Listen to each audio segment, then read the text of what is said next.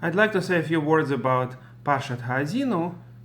Of course, this is a very short weekly reading, not so many verses, and the verses themselves are very short, about half the size of the normal. This is a song, and it includes, in a certain sense, the entire Torah.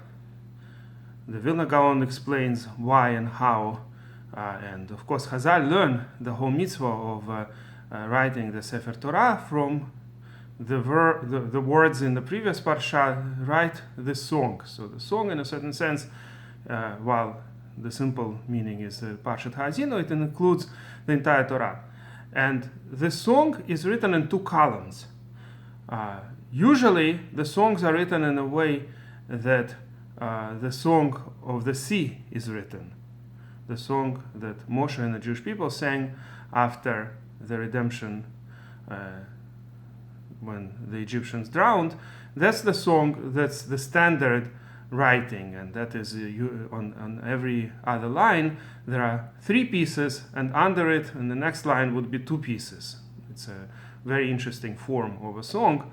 It reminds the way the bricks are put in the wall, a kind of a solid structure, that they're not put one on top of each other, they're put in a way that the next level of bricks is between the previous level, so that the wall stands. But the Parshat Haazinu is written in two columns. The truth of the matter is that the Talmud doesn't say that openly, but the source for this is Masechet Sofrim, and Aruch HaShulchan discusses if this may depend on the question of, in a number of places in Parshat Haazinu, there is a question of who is talking here and about whom. Is it the Jewish people? Is it the non-Jews, actually, the other nations? And there's a dispute about it in Sifrei between Rabbi Yehuda and Rabbi Nehemiah.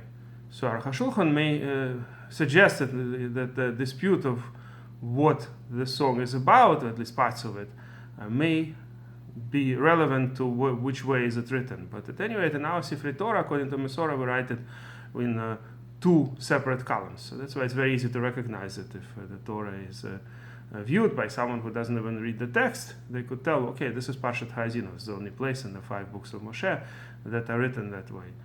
The truth is, in the entire Chumash, in the 5 books of Moshe, there are only 2 songs altogether.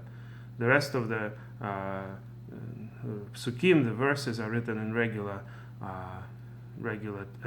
text. But there are other places in Tanakh where there are songs. For instance, the Song of Deborah, which we read as Haftorah to Parshat Beshalach, the Song of David that he sang after he was saved from all his enemies. So there are different songs all over, and most of them are written in the way that this Shir Shel Yamar is written. Now, one might expect that the Shir of Haazinu would become a very important part of our liturgy, that we would be saying it somewhere in our prayers. So it's interesting, Rambam actually writes that there used to be a custom of some people to read it every day. In my humble opinion, this makes a lot of sense, because the Torah says to learn this song, to teach it to the Jewish people. It's, of course, the song of witness. It's a kind of testimony before us, as opposed to the song of Shir Shel Yam, where the Jewish people were just excited and happy and thanking Hashem. This song serves as a witness. What will happen to us when we don't listen to Hashem, how Hashem will punish us, but He'll ultimately punish all the anti-Semites that rose their hands against us. That's the main meaning, the main theme of this song. And since we're supposed to learn this, one would imagine it would be a good idea to say it every day if it would be part of our liturgy. But in our day, nobody says it every day, as far as I know. It did not become part of Psukei de Zimra, even though in the times of Rambam there were some communities who said it every day. In some cases instead of the Shir Shel Yam, in some cases with Shir Shel Yam. The only thing that I know is that some Sephardi communities say the song on Tisha B'Av, on the 9th of Av. They say this song instead of Shir Shel Yam. I guess the reason is that Shir Shel Yam is a much happier song, so for Psukei de Zimra it was chosen to be said rather than Shir of Haazinu. But on the Tisha B'Av, on the 9th of Av, the day of our temple's destructions, both temples were destroyed on the same day, and it would make sense to commemorate it, among others, with this song, that this is the reason all of this happened. Now, of course, the previous Parsha already had quite a number of warnings of what will happen to us, but this is in the form of song, what will happen to our people when we don't listen. And of course, today, when we're already closer to the end of our history, or in the way of at least the main part of world history, we don't know what will be in the future and how it's going to be. There are these ideas about the 6 millennia. I'm not going to go into any of this, but we could definitely look back and see how generally what was predicted in the end of Parshat Kitavo, in Parshat Nisavim and Veilech that we just read last Shabbat, and now in Parshat Haazinu, how all of this came true. And who would have thought, by the way, if somebody was asked, even just 30 years ago, if in the Western countries, or in general in the countries where most Jews live, if anti-Semitism will ever rise its ugly head? I think most of us would answer, of course not. It's only going to get better, not worse. And in fact, that's how it looked. Even in the former Soviet Union, where there was, I was born there, and there was quite a bit of anti-Semitism in the times of the Soviet government. But after the communism fell, it became definitely not cool to be an anti-Semite. Generally speaking, the vast majority of nations where the Jews were still living, we're not talking about Arab nations and where Jews basically were thrown out already many decades ago. We're talking about nations where the Jews live. Some were still living in Russia and Ukraine and other parts of the former Soviet Union. Many Jews lived, of course, in America and in Western Europe. In all of these countries, anti-Semitism was very, very rare phenomenon. I personally learned here in a regular high school. I wasn't religious when I came from the Soviet Union, of course, because I didn't know much about Judaism. I went to Princeton University, never experienced any anti-Semitism at all. And now all of a sudden, to everybody's surprise, the anti-Semitism is rising its ugly head again. Part of our exile, as the Torah predicts, is that we will be discriminated. It's unfortunate, and of course, nobody is forced to discriminate us. It's a choice of people, but that's just how things are. There will be always people out there. And I can tell, of course, my English videos are not so many. I make maybe a couple of videos a week, maybe sometimes 3, sometimes 1. Whereas in Russian, I make videos every day, more than 1 per day, blin eder. And there are a lot more comments, of course, on my Russian videos. But about half the comments, both in the English videos and in the Russian videos, are comments of hate. And, in a lot of cases, it's completely unrelated. There could be a video, for instance, about some lesson on Daf Yomi, on the cycle of learning a page of Talmud a day. This is what I do in Russian. And the video has to do with some technical laws of inheritance, division of inheritance, or some other technical law which has to do with finances. And all of a sudden the comment would be that you all deserve to die, I wish Hitler was here, chas v'sham, things like that.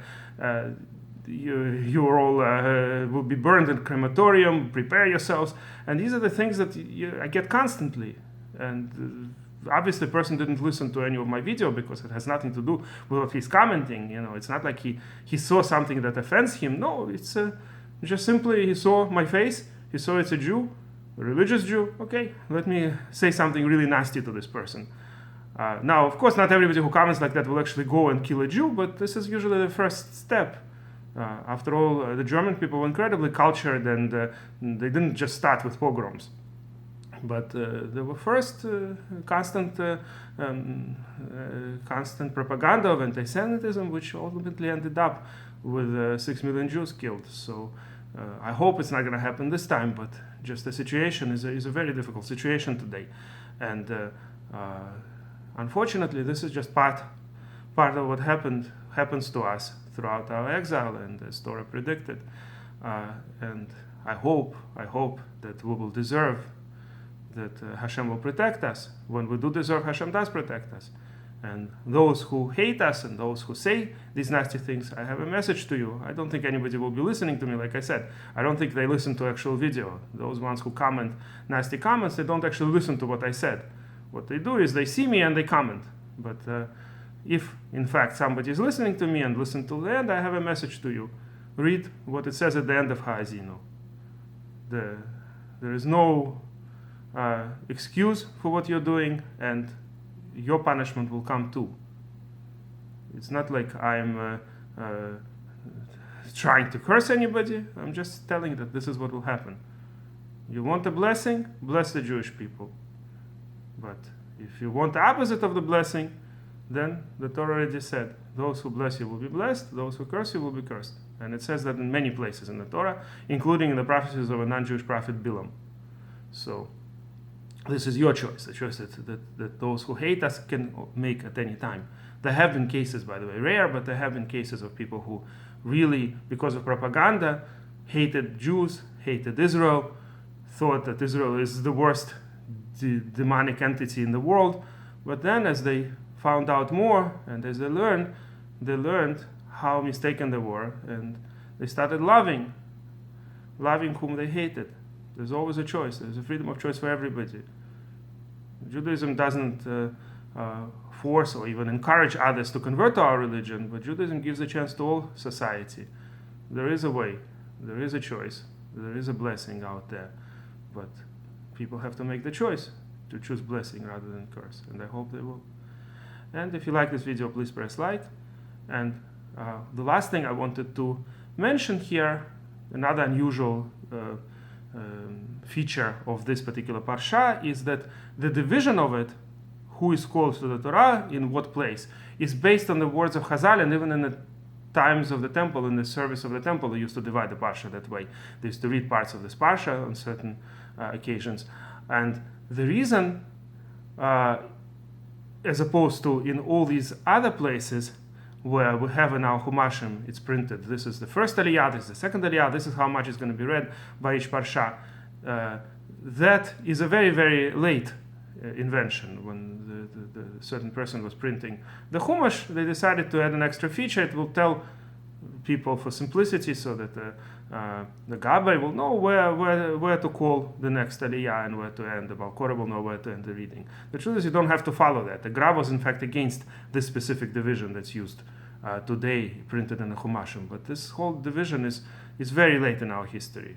It's not a tradition from times of Chazal or anything like that. The only exclusion is our Parsha, Parshat Haazinu.